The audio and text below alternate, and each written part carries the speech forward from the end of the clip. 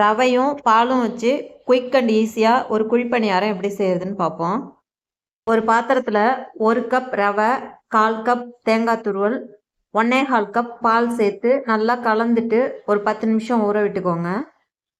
ஊறின ரவையை ஒரு மிக்சி ஜாரில் சேர்த்து 1/4 டீஸ்பூன் ஏலக்காய் பொடி அல்லது 2 ஏலக்காய், 1/2 கப் உடச்ச வெல்லம் இல்லைன்னா 1 1/4 கப் ஜீனி சேர்த்து நல்லா நைஸாக அரைச்சிக்கோங்க. தேவைப்பட்டால் கொஞ்சமாக பால் இல்லைன்னா தண்ணி சேர்த்து அரைச்சிக்கோங்க.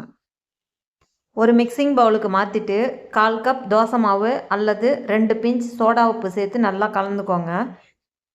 பணியாரம் உள்ளே நல்லா சாஃப்டாக இருக்கிறதுக்கு 1/4 கப் அரிசி மாவு சேர்த்து நல்லா மிக்ஸ் பண்ணிக்கோங்க.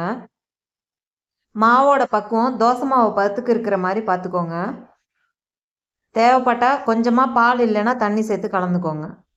சூடான குழிப்பணியாரக்கல்லில் 1/2 டீஸ்பூன் நெய் விட்டுட்டு அரைச்ச மாவை ஒரு தடவை நல்லா கலந்துட்டு 3/4 பாகம் இருக்கிற மாதிரி எல்லா குழிலையும் விட்டு மூடி வச்சு மூடி லோ ஃப்ளேமில் 2 நிமிஷம் வேக விட்டு திறந்து பார்த்தீங்கன்னா இது மாதிரி நல்லா வெந்து வந்திருக்கும்.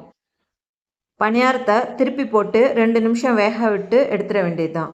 மேலே நல்லா கிறிஸ்பாகவும் உள்ளே நல்லா சாஃப்டாகவும் இருக்கிற இந்த பணியாரம் செய்யறதும் ரொம்ப ஈஸி, டேஸ்ட் ரொம்ப நல்லாயிருக்கும். பொடியாக அரிஞ்ச தேங்காய் அல்லது நட்ஸை நெய்யில் வறுத்துட்டு சேர்த்து செஞ்சிங்கன்னா இன்னும் ரொம்ப டேஸ்ட்டாக இருக்கும்.